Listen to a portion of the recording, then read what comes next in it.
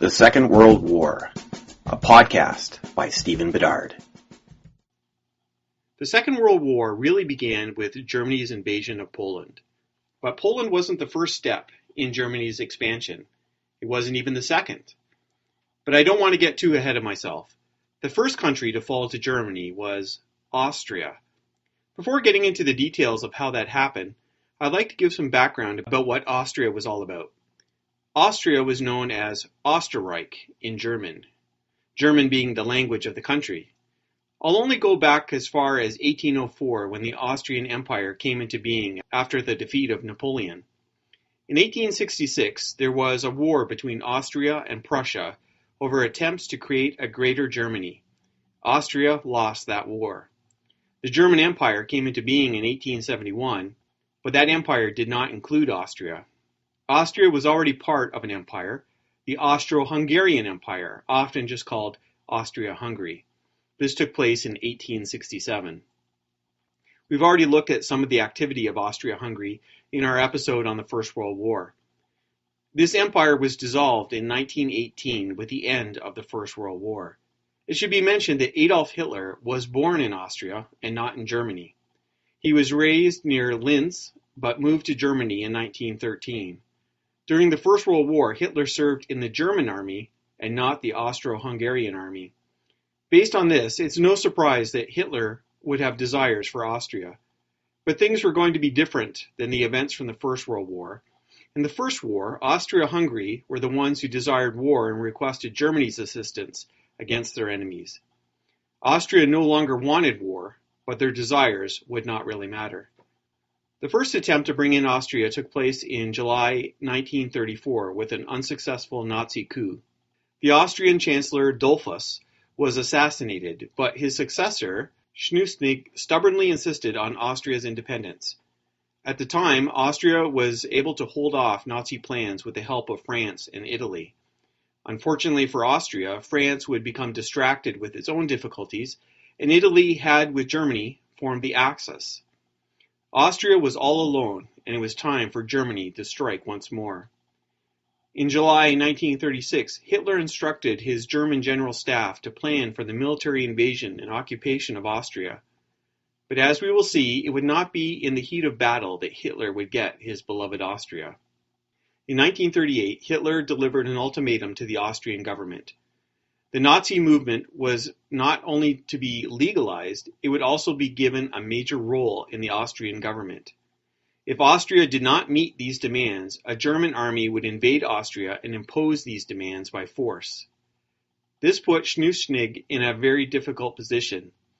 He attempted to avoid this dilemma by calling for a plebiscite to decide Austria's future. But Hitler was not to be thwarted so easily.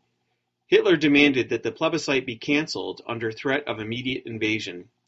Schleswig resigned as Chancellor on March 11, 1938, and was replaced by Arthur Seyss-Inquart, leader of the Austrian Nazis. The new Chancellor waited all the way until March 12th to send the prearranged telegram requesting military assistance from Germany, quote, to establish peace and order and to prevent bloodshed. Then, waiting until March 13th, Seyss-Inquart declared that Austria had been annexed to Germany. It is not that Germany had taken over or invaded Austria, it was that Austria had ceased to exist, and now all of its land and people were part of the Greater German Reich. It's appropriate that Winston Churchill, in his History of the Second World War, titled this chapter, The Rape of Austria. Why did Hitler risk international outrage by taking over Austria? Churchill suggests that beyond Hitler's desire to unite the Germanic people, he saw Austria as the door first to Czechoslovakia and eventually the rest of southeastern Europe, all part of Hitler's plan for living space.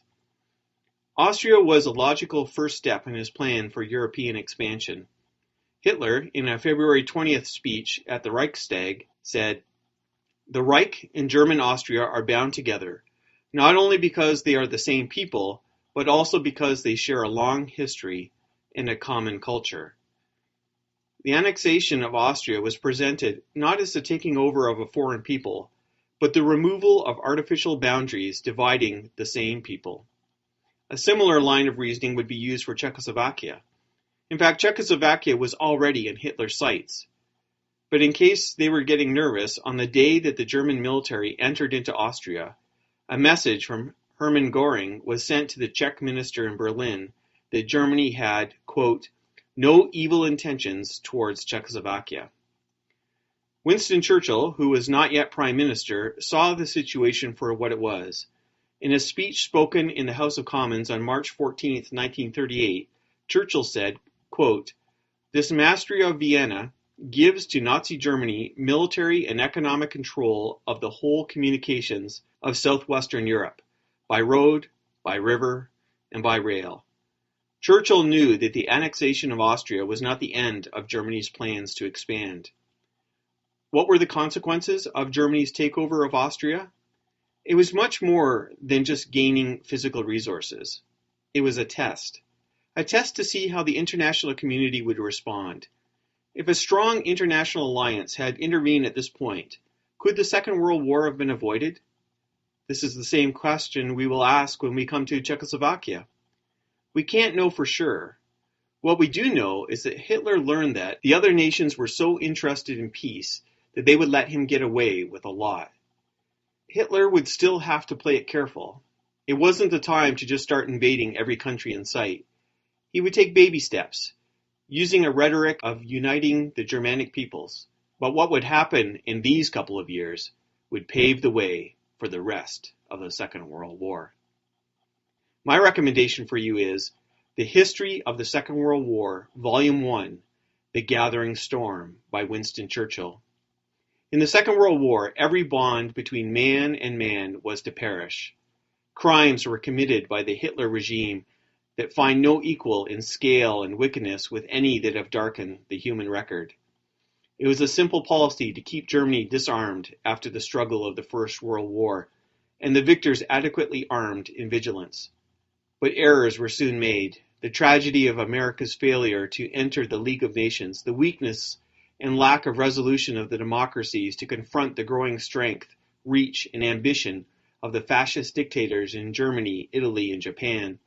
The economic turmoil that allowed these events to spark and build.